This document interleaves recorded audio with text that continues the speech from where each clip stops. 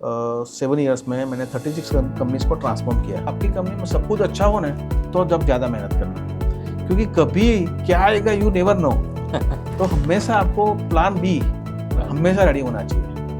और आपकी प्रोडक्ट में दम है, आप कंपटीशन कम है, मार्जिन्स अच्छे हैं, अगर आपके पास एटलीस्ट एक साल तक सस्टेन कर सके, अगर कहीं से पैसा नहीं आएगा लेकिन मैं मेरे बिजनेस को एक साल तक सस्टेन कर पाऊंगा, अगर वो ताकत है तो फिर उसको एक्सपेंशन के बारे में सोचना चाहिए। जैसे क्रैश क्रंच का चालू हो जाता है तो फिर वो इनसिक्योर लोन लेते हैं, अनसिक्योर लोन लेते हैं और उसका इंटरेस्ट हाई होता है। फिर वहाँ इंटरेस्ट स्टार्ट हो जाता है, फिर उसने लिया होता है 3 महीने 4 महीने या एक साल के लिए, फिर वो अनसिक्योर लोन लेने के लिए दूसरी जगह से अनसिक्योर लोन लेते हैं, फिर वो चक्कर चालू हो जाता है। And then company slowly and gradually, promoters को मालूम ही नहीं चलता और company in a bad situation. आपके कॉस्ट को और ऑपरेशनल एक्सपेंसेस को आप कंट्रोल में नहीं रखोगे, देन ऐसी कोई भी सिचुएशन आ जाएगी ना, then you will be in trouble.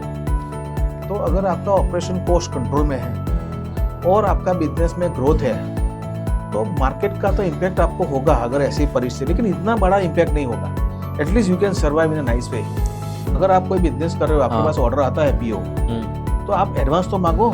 भले आप 90 डेज के क्रेडिट लो, लेकिन आप 20% एडवांस मांगो सकते हो। सैलरी टाइम पे नहीं देते हो तो ओनली सॉल्यूशन इज टू आपका सेल्स इंक्रीज करो, बिलिंग साइकिल आपकी बढ़ाओ, बिलिंग बढ़ाओ, ग्रोथ बढ़ाओ।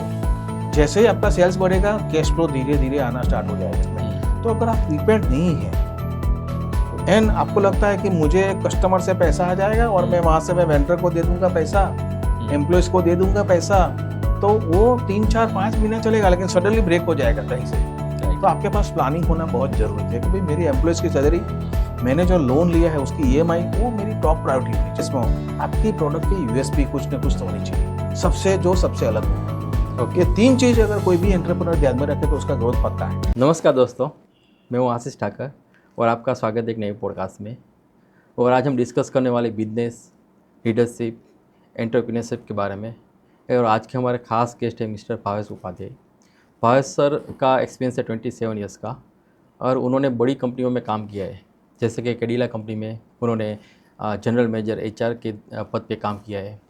इंटास फार्मा में उन्होंने एग्जीक्यूटिव वाइस प्रेसिडेंट HR के पद पे काम किया है। और currently he is a founder of enterprising Indian, और साथ में he is also board of director in 11 companies. Bhavesh sir को लिखने का भी बहुत ज़्यादा शौक़ है और अभी तक उन्होंने 7 किताबें लिखी है और मैनेजमेंट, लीडरशिप, HR के बारे में लिखी है। और उनका रेगुलर आर्टिकल्स जो है वो गुजराती न्यूज़पेपर में पब्लिश होता है, in the Divya Bhaskar, every week. साथ में मंतव्य न्यूज़ चैनल है जहाँ पे मैनेजमेंट गुरु करके एक शो आता है, उसमें भी भावेश सर जो है वो रेगुलर अपीयर होते हैं as a guest. Bhavesh sir ने 100+ CHRO को ट्रेन किया है at Ahmedabad management institute AMA। और ये जो पॉडकास्ट है बहुत ही लर्निंगफुल रहने वाला है for audience as well as for me. So welcome Bhavesh sir to the podcast. Thank you so much Ashish भाई। सो फर्स्ट ऑफ ऑल मुझे ये जानना है कि आपका जो प्रोफेशनल जर्नी है वो किस तरह से स्टार्ट हुआ सर, उसके बारे में थोड़ा आप शेयर कीजिए। First of all thank you so much मुझे यहाँ बुलाने के लिए। एंड मुझे बहुत अच्छा लगा कि ऐसा जो सब्जेक्ट है जो पूरी सोसाइटी के लिए बहुत बेनिफिशियल है, उसके लिए मुझे आपने इनवाइट किया है। Thank you so much. And जैसे आपने मुझे पूछा तो मेरी करियर मैंने एज ए केमिस्ट स्टार्ट किया था वटवा की छोटी कंपनी में। एंड फिर मैंने 2-3 साल काम किया एज ए केमिस्ट। एंड फिर I also work as a medical representative, एक दिल्ली की कंपनी में थी। और उसके बाद मैंने कैडिला में, मुझे जो अनडिवाइडेड कैडिला था, जो पटेल ग्रुप और मोदी ग्रुप में बना, कैडिला फार्मास्यूटिकल्स और जायडस कैडिला, तो उससे जो अनडिवाइडेड कैडिला था उसमें मैंने 92 में जॉब स्टार्ट किया था। सो आप बोल सकते हो कि large and structure way Cadila you can consider is my first job. And वहाँ मैंने 16 साल काम किया। फिर मैंने वहाँ इसके बाद कैडिला में I have started as a management trainee. And फिर मैं जब मैंने कैडिला लेफ्ट किया after 16 years, I was a general manager human resources and corporate communication. 16 साल में मैंने 16 प्रमोशन लिया कैडिला फार्मा में। मैं एक ऐसा बोल सकता हूँ कि वो एक कंसिडरेबल मेरा रिकग्निशन कंपनी ने किया था मेरे जो एफर्ट्स थे उसके सामने। एंड उसके बाद मैंने एक दोशियोन वियोलिया करके एक कंपनी थी, उसमें मैंने ये एज ए प्रेसिडेंट एचआर काम किया। And then lastly I was a executive vice president of Intas pharmaceuticals. I was handling domestic and global HR. So second question मेरा ये है कि सर आपने बड़ी कंपनियों में काम किया, तो as a person what was your experience, कैसा आपका एक्सपीरियंस रहा, जैसे आपने केडिला और इंटेल जैसी बड़ी कंपनी में काम किया? ने बहुत सारा लर्निंग, जब आप छोटे होते हैं तब आपको लर्निंग के लिए बहुत सारी अपॉर्चुनिटीज़ है, और जब आप में पैशन हो। मैं आपको एक चीज़ एग्जांपल बताता हूँ कि जब मैंने कैडिला में स्टार्ट किया था तो पहले दिन से मुझे ऐसा लगता था कि मुझे कुछ करना है कंपनी में। So from the day one I was very clear about my goal कि भाई मुझे कुछ अचीव करना है। क्या अचीव करना है उसकी क्लैरिटी मुझे 4-5 साल के बाद मिली, लेकिन मैं ऐसा चाहता था कि मैं ऐसा कुछ रिकॉग्निशन करूं, कि ऐसा कुछ कंट्रीब्यूट करूं। And fortunately I got a very good promoter, Shri Indravadan Modi and doctor Rajiv Modi. दोनों के साथ मैंने क्लोजली काम किया एंड मैंने बहुत सारा लर्निंग किया है। Initially I was in a corporate communication, जो पहले पब्लिक रिलेशन बोलते हैं, उसमें था। फिर fortunately for my luck corporate communication and HR का एक मर्जर हुआ। And then I got a opportunity in HR also. Then I found कि HR is a very interesting subject, and I got a good training under Mr. Baraya, Professor Khandwala IIM का director थे, और मुझे बहुत अच्छे mentor मिले, एक चीनू भाई शाह जो 23 कंपनीज में बोर्ड ऑफ डायरेक्टर थे, और he was also director in IIM Ahmedabad. Okay. And all India management association के भी वो डायरेक्टर थे और प्रेसिडेंट थे। तो मुझे उन्होंने अच्छी तरह से ग्रूम किया, मेंटर किया। एंड मुझे जो पर्सपेक्टिव, जो मैनेजमेंट पर्सपेक्टिव है, जो कोई भी प्रोफेशनल्स के लिए बहुत इंपॉर्टेंट है, कि आप सब दिशा से सबको नज़र में रख के कुछ डिसीजन लेते हो। एंड कोई भी चीज़ आपके पास आती है तो आप जितने भी स्टेक होल्डर्स है कंपनी में, सब आप जो डिसीजन लेते हो उसकी क्या इम्पैक्ट पड़ेगी, वो जो नज़रिया है वो मुझे चिन्मयी शाह साहब ने सिखाया है। Okay. So it was a great learning, and I'm very happy to got a great people in my life. PR Joshi थे जो मुझे पब्लिक रिलेशन और कॉर्पोरेट कम्युनिकेशन सिखाया, जो जायडस कैडिला में सीनियर वाइस प्रेसिडेंट HR थे। एंड देन वो he become a president HR and corporate communication. उन्होंने मुझे पब्लिक रिलेशन सिखाया, कॉर्पोरेट कम्युनिकेशन सिखाया, ह्यूमन रिलेशन सिखाया, लोगों के साथ रिलेशन कैसे डेवलप करते हैं वो सिखाया।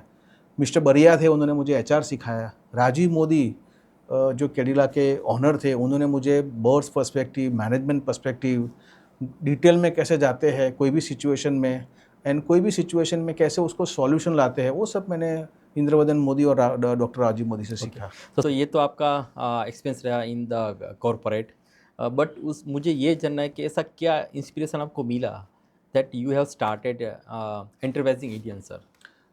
जब मैंने इंटस में मैंने 5 साल काम किया, देन मैं लास्ट में दिव्य भास्कर में मैं लास्ट 17 साल से लिख रहा हूँ।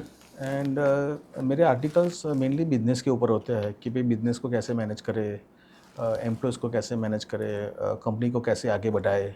तो बहुत सारे छोटे और बड़े एंटरप्रेन्योर्स ने मुझे ईमेल किया था कि भाई they are looking for some issues and they are looking for some help. तो मुझे एक आइडिया है कि भी मैं एक ही कंपनी में काम करता हूँ, वो बहुत अच्छी कंपनी थी इंटास। आई कैन से कि one of the finest companies in India. Right sir. And promoters भी फैंटास्टिक, बहुत अच्छा लगा मुझे वहाँ काम करने के लिए। लेकिन फिर मुझे ऐसा लगा कि भाई मुझे बहुत सारे प्रमोटर के साथ काम करूँ तो मेरा रियल कंट्रीब्यूशन होगा गुजरात इकोनॉमी में और इनडायरेक्टली इंडियन इकोनॉमी में। फिर मैंने सोचा कि भाई मैं परमानेंट जॉब एक कंपनी के साथ नहीं करता हूँ, लेकिन अलग अलग कंपनी के साथ मैं एसोसिएट होता हूँ, और जो मेरी जो स्किल्स है, नॉलेज है, कॉम्पिटेंसी है, उसका बेनिफिट्स छोटे मोटे एंटरप्रेन्योर्स, बड़े एंटरप्रेन्योर्स, मीडियम साइज के एंटरप्रेन्योर्स उनको मिले, including startup, MSME, Absolutely. and mid-size, right? Correct, sir? correct. That your experience can be shared to them and they will grow. Exactly. That's the main purpose. Absolutely. So दूसरा मुझे एक management के बारे में थोड़ा discuss करना है, management and business related. सो आज के टाइम में सर इंडियन कंपनीज जो रन कर रही है, SME हो या स्मॉल हो या जो स्टार्टअप हो, तो उसके लिए सबसे बड़े मैनेजमेंट की चुनौतियाँ क्या है? What are the challenges for those companies sir? इससे पहले स्टार्टअप कौन बनता है? पहले तो स्टार्टअप कौन बनाता है? जो दो प्रकार के लोग होते हैं, एक तो जो स्टूडेंट्स होते हैं और पढ़ते पढ़ते उनको ऐसा सोच आती है कि मैं कुछ करूँ, सबसे अलग करूँ, मुझे जॉब नहीं करना है और मैं कुछ करूँ। वो 6 महीना, 1 साल, 2 साल कोई जगह पे एक्सपीरियंस लेते हैं एंड देन फिर वो स्टार्टअप स्टार्ट कर देते हैं। दूसरे जो रहता है कि वो नौकरी करते रहते हैं, फिर उनको लगता है कि यार बहुत नौकरी हो गई, अभी मुझे खुद अपना कुछ स्टार्ट करना है। तो दो प्रकार के माइंडसेट वाले लोग स्टार्टअप स्टार्ट करते हैं। तो जो स्टार्टअप यंग है उनके पास आइडियाज़ है, टेक्नोलॉजी है, इनोवेशंस है, तो उन लोगों को ऐसा लगता है कि मैं मेरा स्टार्टअप करूं और मैं कुछ डिफरेंशिएट मार्केट में खड़ा कर सकता हूं। लेकिन एक ही चैलेंज है, उनको ये मालूम नहीं होता है 90% ऑफ स्टार्टअप को कि भाई वो इम्प्लीमेंट कैसे करे मार्केट में, आपकी जो प्रोडक्ट है वो कस्टमर के पास लेके कैसे जाए। ओके। एंड अनफॉर्चुनेटली मैं आपको एक बताऊं कि 10 में से 8 स्टार्टअप फेल होते हैं करेक्ट। इंडिया में, और एक ही स्टार्टअप ग्रेट सक्सेस मिलता है और दूसरा जो स्टार्टअप है उसको गुड बोल सकते हैं या एबोव एवरेज बोल सकते हैं। सो मोटा मोटा आप बोलो तो एक ही स्टार्टअप एक्सेलेंट कैटेगरी में आता है। तो जब भी किसी को बिजनेस स्टार्ट करना है स्टार्टअप में, तो आइडिया अच्छा है, इनोवेशन अच्छा है, लेकिन आप उसको कस्टमर के पास लेके कैसे जाओगे, बिजनेस मॉडल कैसे क्रिएट करोगे, वो बहुत इंपॉर्टेंट चीज़ है। ओके। तो एज ए बिजनेस लीडर या किसी ने स्टार्टअप किया है तो उसके लिए कौन कौन सी स्किल सेट होनी चाहिए to run the successful business और स्टार्टअप सर? बहुत अच्छा क्वेश्चन है। कोई भी बिजनेस एंटरप्रेन्योर जो छोटा है कि बड़ा है, स्टार्टअप है, अगर उसको खुद का बिजनेस स्टार्ट करना है तो पहले उसको मार्केट का नॉलेज होना बहुत ज़रूरी है। सपोज़ मैं आईटी में कुछ इनोवेशन लाता हूँ, कुछ सॉफ्टवेयर डेवलप करता हूँ, या मैं कुछ फार्मास्यूटिकल्स में नया करता हूँ, या कोई भी सेक्टर में कुछ ना कुछ, तो मुझे वो सेक्टर की कंप्लीट इन्फॉर्मेशन होनी चाहिए। Domain knowledge you mean to say? Yes, dominant knowledge तो होना चाहिए, लेकिन उसका अलग अलग पर्सपेक्टिव से पूरी स्थिति को देखना चाहिए। कि अगर मैं आईटी में फॉर एग्जांपल मैं करना चाहता हूँ, तो मैं कस्टमर हूँ, तो मैं क्या चाहता हूँ कंपनी से। ओके। सेकेंडली, उसको प्रोडक्ट की इन डेप्थ नॉलेज होनी चाहिए कि भाई ऐसा कोई प्रोडक्ट अवेलेबल है मार्केट में, ऑलरेडी अवेलेबल तो नहीं है ना।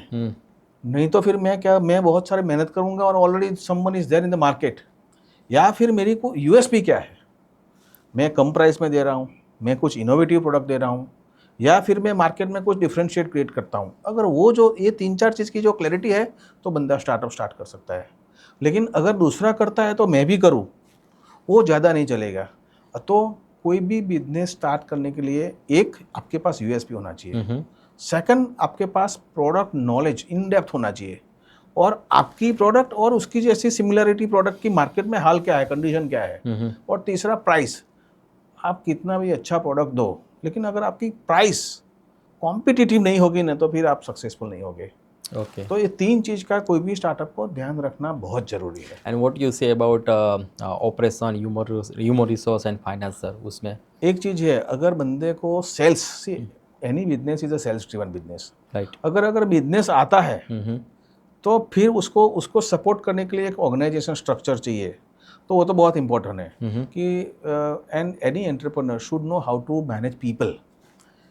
लोगों को अपॉइंट करना एक दूसरी बात है, लेकिन लोगों आपकी कंपनी में आपके विजन से, सेम पैशन से, सेम फिलोसॉफी से, एंड जैसे आप सोचते हो ऐसा सोच के आपके साथ काम करे, वो अलग बात है। तो people management skill, systems and driven process कैसे वो खड़ा कर सकते हैं, standard operating process for everything, raw materials आता है तब से लेके पेमेंट आता है, ये पूरी जो प्रोसेस है उसको standard operating process, and financial management, cash flow management. उसके पास अगर वो कैश फ्लो मैनेजमेंट नहीं जानता है तो it would be very difficult for any startup to survive. तो स्टार्टअप करने के लिए पहला कि यूएसपी तो होनी चाहिए, दूसरा उसके पास ऑर्गेनाइजेशन खड़ा करने की ताकत होनी चाहिए। ऑर्गेनाइजेशन भले 10 लोगों काम करे या 5 लोगों काम करे, लेकिन ये कंपनी है, तो कंपनी रन करती है रूल्स के ऊपर। तो उसको मालूम होना चाहिए कि भाई मेरी कंपनी सिस्टम ड्रिवन चलेगी, मैं चाहता हूँ ऐसे नहीं, कंपनी के लिए क्या इंपॉर्टेंट है, वो बहुत इंपॉर्टेंट है। Not people driven. Not people driven, it should be a process driven. Process driven sir. So बड़ी कंपनी की तो बात कर लेते हैं कि भाई दे आर सक्सेसफुल क्योंकि उनके पास सपोर्ट होता है, पैसा होता है। बट हम सर मिड साइज़ और स्मॉल साइज़ की कंपनी के बारे में बात करें तो स्टार्ट तो कर दिया बट बीच में बहुत दिक्कत आती है। सो आप कौन सी ऐसी बेस्ट प्रैक्टिसेस सजेस्ट कर रहे हो that they should have to apply whether it is a mid size और स्मॉल साइज? सी कोई भी बिजनेस अगर किसी ने 5 करोड़ क्रॉस किया है या 1 करोड़ क्रॉस किया है, फिर उसको उसकी इंडिविजुअल लाइकिंग एंड डिसलाइकिंग से तो कंपनी नहीं चलेगा। तो अगर किसी ने छोटा भी कंपनी स्टार्ट किया है या मिडिल साइज कंपनी है या चलो 100 करोड़ की कंपनी है कि 50 करोड़ का टर्नओवर है, लेकिन वो जो एंटरप्रेन्योर है उसके पास विजन नहीं है, वो फ्यूचर पहले से देखने की ताकत नहीं है उसमें, लोगों को पैशनेट बनाने की जो शक्ति नहीं है उसमें, और 5 साल का प्लानिंग नहीं है उसमें, तो फिर वो नहीं सक्सेसफुल होगा।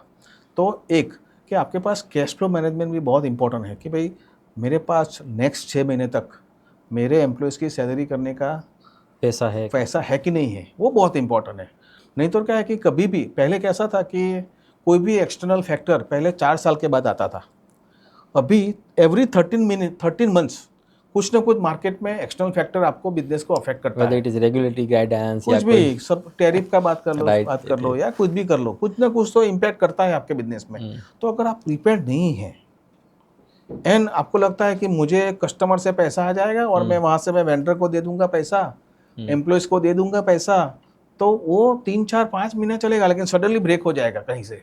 राइट। तो आपके पास प्लानिंग होना बहुत ज़रूरी है कि भाई मेरी एम्प्लॉयज़ की सैलरी, मैंने जो लोन लिया है उसकी EMI, वो मेरी टॉप प्रायोरिटी होनी चाहिए। ओके सर, आज के टाइम में स्टार्टअप का एक दौर चल रहा है। जो भी लोग हैं वो अपना जॉब छोड़ के स्टार्टअप करना चाहते हैं।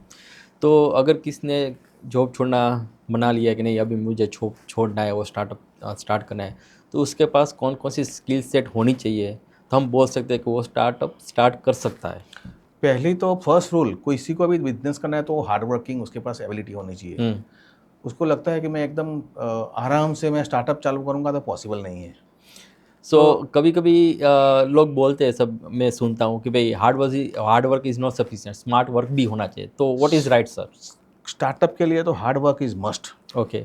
स्मार्ट वर्क करे तो भी hard work is there is no options. क्यों मैं आपको बोलता हूँ कि ऑर्गेनाइजेशन क्रिएट करना छोटी मोटी बात नहीं है। अगर सिर्फ, और जो स्टार्टअप जिसके पास मैन्युफैक्चरिंग फैसिलिटीज़ है उनके लिए तो बहुत डिफ़िकल्ट है। जो स्टार्टअप जो सिर्फ ट्रेडिंग करते हैं या फिर मार्केटिंग करते हैं, उनके पास मैन्युफैक्चरिंग नहीं है, वो बाहर से मैन्युफैक्चरिंग करा के वो प्रोडक्ट को डिज़ाइन करके और प्रोडक्ट को बेचते हैं, उनके लिए लेस चैलेंजेस है। बट फिर भी उनको भी बहुत मेहनत करना पड़ेगा, ऑर्गेनाइजेशन क्रिएट करना पड़ेगा, कस्टमर बेस बनाना पड़ेगा, कस्टमर जो प्रोडक्ट उन्होंने बनाया है वो कस्टमर रिपीट कस्टमर उसको लाना पड़ेगा, एंड वैन बिजनेस को सस्टेनेबल बनाना पड़ेगा। तो बिजनेस में ऐसा होता है कि भाई आप सब जगह पे काम करो तो कोई ना कोई एक जगह पे तो आपको थोड़ा सेटबैक नॉर्मली होता ही है। तो आपके पास if you are hard working, if you are seeing कि भाई आज सबसे मैं बहुत लोगों को बोलता हूँ कि जब आपकी कंपनी में सब कुछ अच्छा हो ना, तो जब ज़्यादा मेहनत करना, क्योंकि कभी क्या आएगा यू नेवर नो। तो हमेशा आपको प्लान बी हमेशा रेडी होना चाहिए। बहुत एंटरप्रेन्योर्स को मैंने देखा है कि सब कुछ अच्छा चलते हैं तब वो बोलते हैं कि हम एक्सपांशन कर लेते हैं, हम डाइवर्सिफाइड कर लेते हैं, हम नया प्रोडक्ट डेवलपमेंट करते हैं, नई कैटेगरीज डेवलप कर देते हैं। वो करना चाहिए, लेकिन इतना भी एक्सपांशन न करोगे जिससे कि आपका जो वर्किंग कैपिटल है आपके कैपेक्स में चला जाए। सर, ऐसा कौन सा टाइम आता है तब फाउंडर को डिसाइड करना पड़ेगा कि नहीं अभी मुझे एक्सपांशन करना है और अभी नहीं करना है? अगर आपका प्रॉफिट 30% से ज़्यादा है, नेट प्रॉफिट, हाँ, और आपकी प्रोडक्ट में दम है, आप कंपटीशन कम है, मार्जिन्स अच्छे हैं, अगर आपके पास एटलीस्ट एक साल तक सस्टेन कर सके, अगर कहीं से पैसा नहीं आएगा लेकिन मैं मेरे बिजनेस को 1 साल तक सस्टेन कर पाऊंगा, अगर वो ताकत है तो फिर उसको एक्सपांशन के बारे में सोचना चाहिए। ओके। लेकिन अगर आपके पास 2-3 महीने का ही प्रोविजन है तो जो है उसको एक्सपेंशन करो, ऑर्गेनिक ग्रोथ करो, जहाँ काम करते हो उसको एक्सेलेंट बनाओ उसमें। लेकिन मैंने स्पेशली गुजराती एंटरप्रेन्योर्स को देखा है कि वो लोग बहुत पैशनेट होते हैं, बिजनेस उनके ब्लड में होता है। जैसे ही उनको 2-3-4 महीना अच्छा हो गया ना, तो उनको ये भी करना है, ये भी करना है, ये भी करना है, फिर बैंक में से लोन लेते हैं, फिर कैपेक्स और कैपेक्स में बहुत पैसा डाल देते हैं। कैपेक्स में 70% से ज़्यादा पैसा नहीं डालना चाहिए, बाकी का पैसा आपको मार्केटिंग के लिए रखना पड़ेगा। बिकॉज कोई भी चीज़ आप करो, मशीनरी इज़ इम्पॉर्टेंट, लेकिन प्लेटफॉर्म जैसे वो कस्टमर के पास आपके प्रोडक्ट जाए वो सबसे ज़्यादा इम्पॉर्टेंट है, वहाँ लोग मार खा जाते हैं। सर, मार्केटिंग में कितना बजट होना चाहिए? मार्केटिंग में 30-40% बजट नॉर्मली सब कंपनी के पास 30-40% मार्केटिंग में होना ही चाहिए। अगर आपका B2C है तो B2B है तो 10 to 15% है तो भी चलेगा, ओके लेकिन अगर आपका B2C है तो 30% इज मस्ट। ओके। दूसरा ये जो स्टार्टअप तो स्टार्ट कर लिया या मिड साइज हो या स्मॉल साइज कंपनी अपना जो कंपनी चला रहे, बट जनरली हम देखते हैं कि भाई फाइनेंशियल जो बर्डन आ जाता है and that's why company have to survive, और कभी कभी कंपनी शट डाउन हो जाती है सर। तो आपका क्या कहना है उस बात में, what is the importance of financial management? ऐसी कंपनी की विपरीत परिस्थिति क्यों आती है? क्योंकि they are not seeing the future. मैंने बहुत सारी कंपनी को देखा है, और जब भी कंपनी अच्छी चल रही है ना तब वो विजनरी बन जाते हैं, वो एक्सपांशन कर लेते हैं, ऑपरेशनल एक्सपेंसेस उसका जो कंट्रोल में होना चाहिए वो आउट ऑफ कंट्रोल हो जाता है। They are spending too much money for hiring lot of people. बहुत सारी कंपनी में मैंने देखा है कि वो मार्केटिंग वाले 30% 40% ग्रोथ का प्लान कर देते हैं, और कंपनी वो 30-40% के ग्रोथ के प्लान के हिसाब से वो खर्चा स्टार्ट कर देते हैं, इंक्लूडिंग रिक्रूटिंग पीपल। और जब लोग आ जाते हैं तो उसके रिलेटेड बहुत सारे एक्सपेंसेस भी आ जाते हैं, और फिर क्या होता है कि वो 30-40% तो ग्रोथ होता नहीं है, वो ग्रोथ होता है 10 to 12%, लेकिन आपका खर्चा तो हो गया 30-40%, एंड फिर कंपनी धीरे धीरे धीरे वो पकड़ में आ जाती है। ओके। एंड एक बार कैश क्रंच चालू हो गई ना तो वो चक्कर में अगर जल्दी कंपनी बाहर नहीं गई ना, अगर फिर क्या करते हैं दूसरी गलती, जैसे कैश क्रंच का चालू हो जाता है तो फिर वो इनसिक्योर लोन लेते हैं, अनसिक्योर लोन लेते हैं, और उसका इंटरेस्ट हाई होता है। फिर वहाँ इंटरेस्ट स्टार्ट हो जाता है, फिर उसने लिया होता है 3 महीने 4 महीने या एक साल के लिए, फिर वो अनसिक्योर लोन लेने के लिए दूसरी जगह से अनसिक्योर लोन लेते हैं, फिर वो ये चक्र चालू हो जाता है। And then company slowly and gradually, promoters को मालूम भी नहीं चलता है, और company in a bad situation. So इस केस में सपोज अनसिक्योर लोन ले, सबको पता है कि ज़्यादा लोन लेना वो मुनासिब नहीं है, okay, that would be very difficult for the business to survive. तो फिर भी ये गलती क्यों करते हैं? क्योंकि देखो बात तो सब लोग करते हैं, सब लोगों को पता है कि भाई लोन ज़्यादा नहीं लेना चाहिए, otherwise we can't repay. Promoter को क्या है कि स्ट्रेस बहुत होता है कि सपोज मुझे सैलरी देना है, आज 7 तारीख हो गई है, आई हैव टू पे माई सैलरी, तो फिर क्या ऑप्शन क्या है? ओके, उसके पास तो जहाँ से भी पैसा आ जाएगा वो ले लेता है। लेकिन मैं ऐसी सब कंपनियों को मेरा अभी 2-3 वीक पहले ये टॉपिक पे डिस्कशन हुआ था एक जगह पे, मैंने बोला था कि उसका एक ही सॉल्यूशन है कि आपका जो मंथली जो सेल्स है ना, हर महीने आप उसको 2-3-5% बढ़ाओ। सपोज आप 10 लाख का बिजनेस कर रहे हो, या बड़ी कंपनी है तो 1 करोड़ का बिजनेस कर रहे हो, तो 1.5 लाख करो, 1 करोड़ एंड 5 लाख करो। दूसरे महीने और 1 करोड़ 5 लाख में दूसरा 5% डालो। ओनली सॉल्यूशन इज, अगर आप कैश क्रंच में फंस गए और आपको वेंडर को पेमेंट नहीं कर सकते हो, सैलरी टाइम पे नहीं देते हो, तो ओनली सॉल्यूशन इज टू आपका सेल्स इंक्रीज करो, बिलिंग साइकिल आपकी बढ़ाओ, बिलिंग बढ़ाओ, ग्रोथ बढ़ाओ। जैसे ही आपका सेल्स बढ़ेगा, कैश फ्लो धीरे धीरे आना स्टार्ट हो जाएगा। राइट। सो जैसे ही कैश फ्लो धीरे धीरे आना स्टार्ट हो जाएगा, धीरे धीरे सब कुछ सेटल हो जाएगा। लेकिन एक बार कंपनी कैश क्रंच में आ जाती है तो उसको बाहर निकलने के लिए मिनिमम 12 to 16 मंथ तो जाता ही है। सो कभी कभी सर गुजरात में और बाहर भी आप देख सकते हो, ऐसे बिजनेसेस होते हैं जहाँ पे आपको उधार में माल देना पड़ता है, ओके। तो उस केस में कौन सी स्ट्रेटेजी जो है वो यूज़फुल हो सकती है, जहाँ पे कैश क्रंच वाला जो माहौल है उसको एलिमिनेट किया जाए या मेंटेन किया जाए?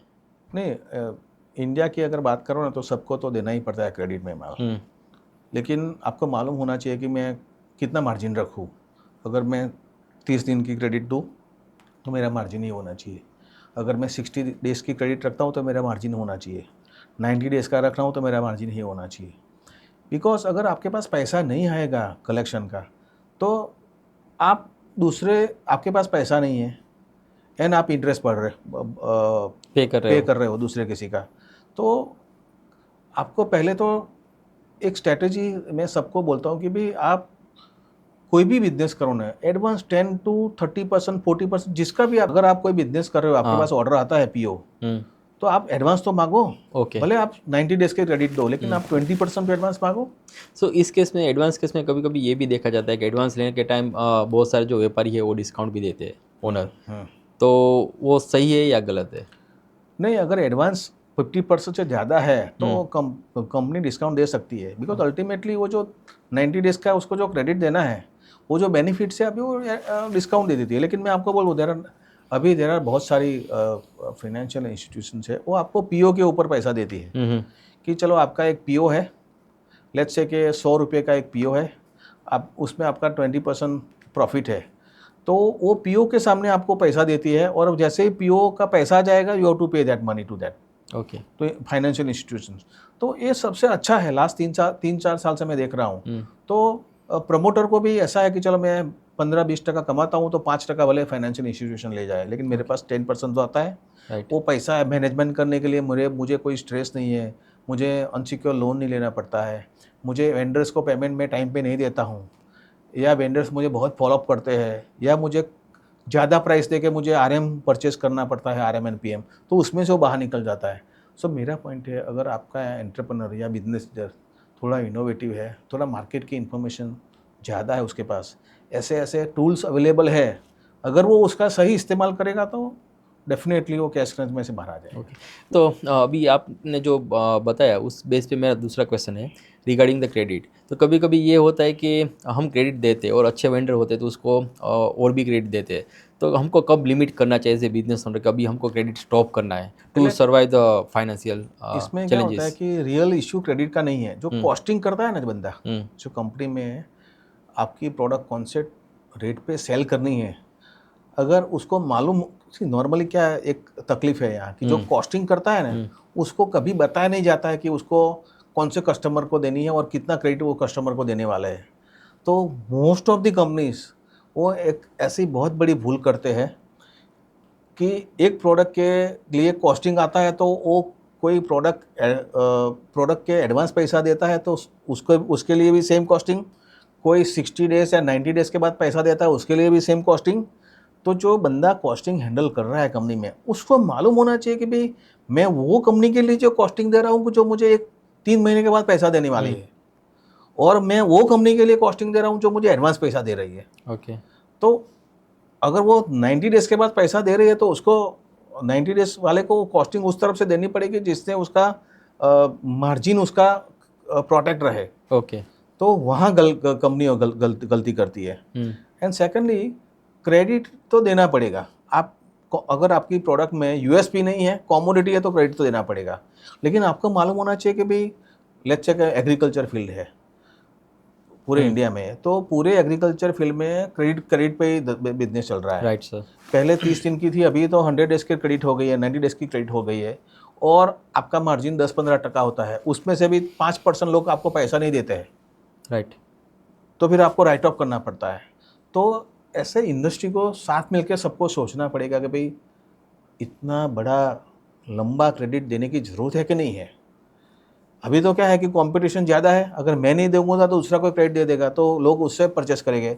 लेकिन ये हाई टाइम है कि सबको, इंडस्ट्री को भी सोचना चाहिए, सबको साथ बैठ के भाई 30 days is a normal credit period, इतना देना चाहिए। एक एसोसिएशन बना सकते हैं ऐसा कुछ। हाँ, राइट। फॉर एग्जांपल फार्मास्यूटिकल्स में, फार्मा में बहुत क्लियर है कि भाई 30 डेज से मैक्सिमम 45 डेज लोग पैसा दे ही देते हैं।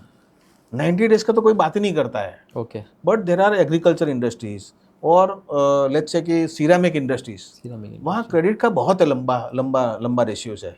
वहाँ तो 90 days is a minimum. Right. वो 90 डेज तो ऐसे बात कर रहा है कि जैसे उनका हक है कि भी हमको 90 डेज तक क्रेडिट देना ही पड़ेगा।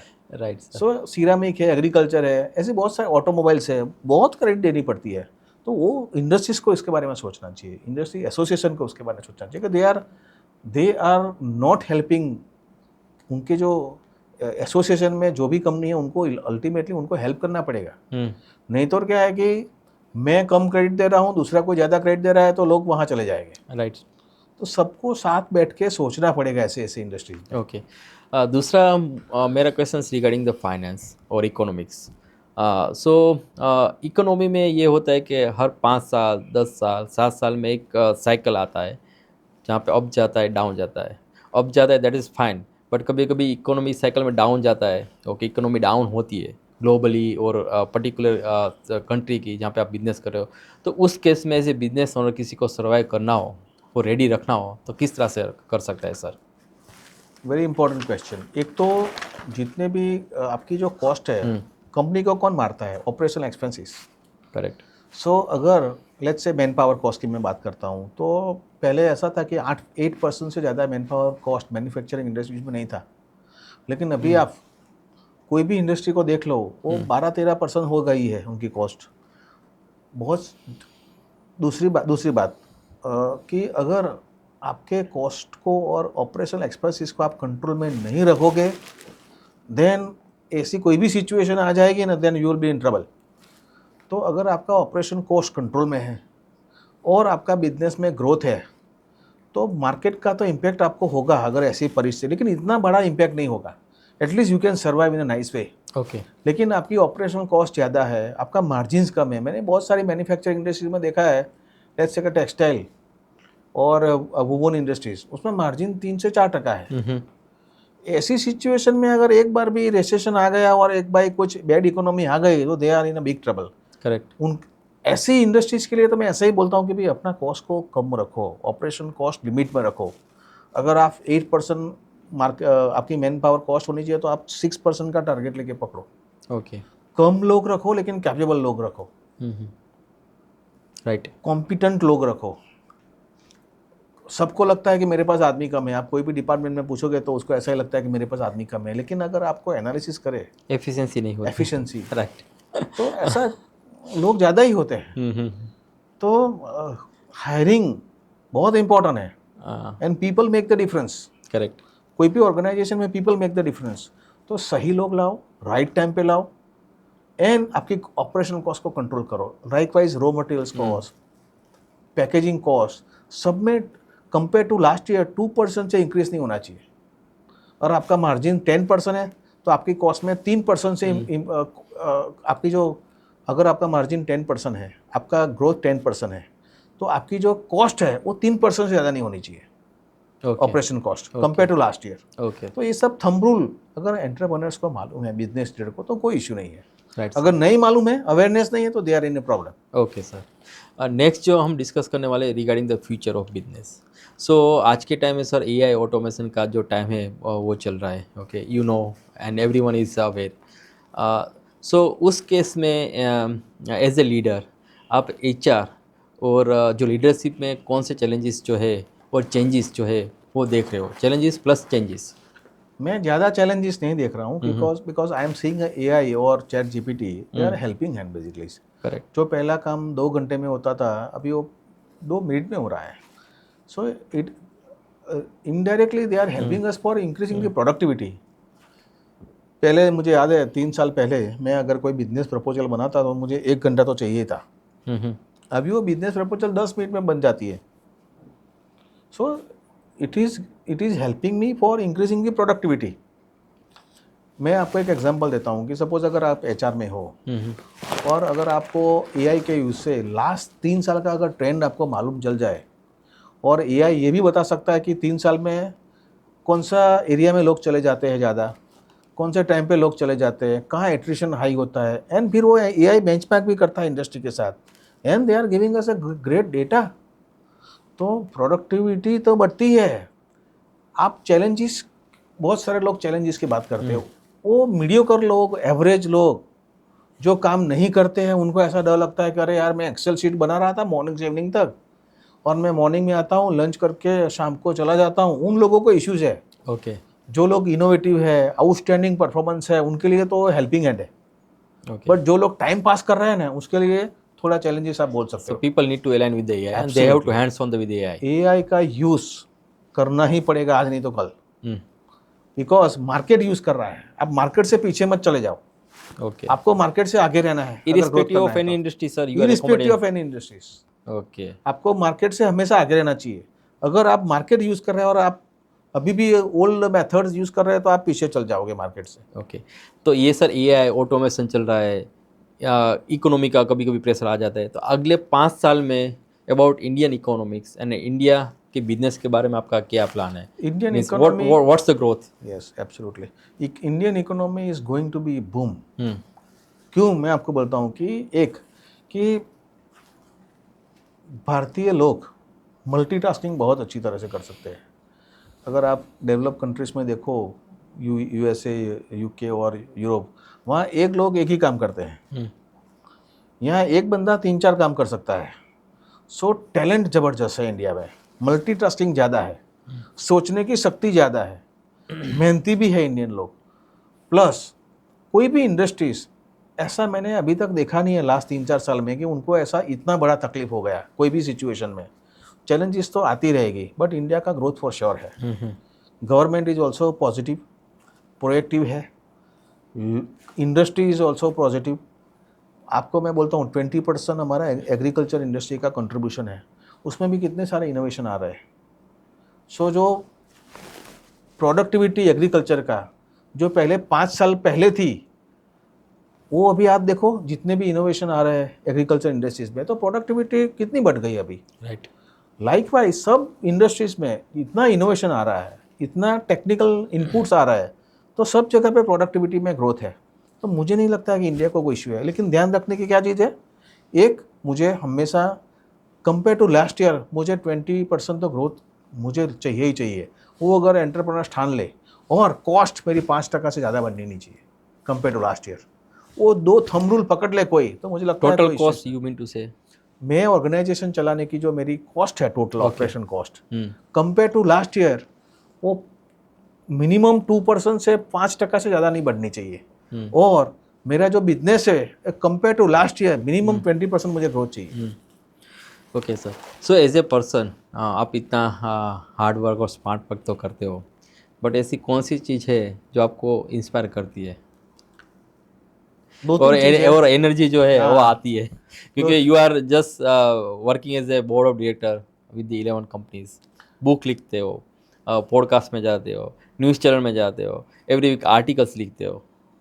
नहीं, मुझे ये सब में मज़ा आता है। दूसरा क्या है कि अगर मैं जहाँ मुझे लगता है ना कि मैं कंट्रीब्यूशन कर रहा हूँ, सपोज मैंने बहुत सारी 36 कंपनीज़ को मैंने अभी लास्ट 7 ईयर्स में मैंने 36 कंपनीज़ को ट्रांसफॉर्म किया कि एक जगह से मैं उसको 20 जगह पे लेके गया इन टर्म्स ऑफ ग्रोथ। तो वो मेरा सेल्स ऑफ सेटिस्फैक्शन है।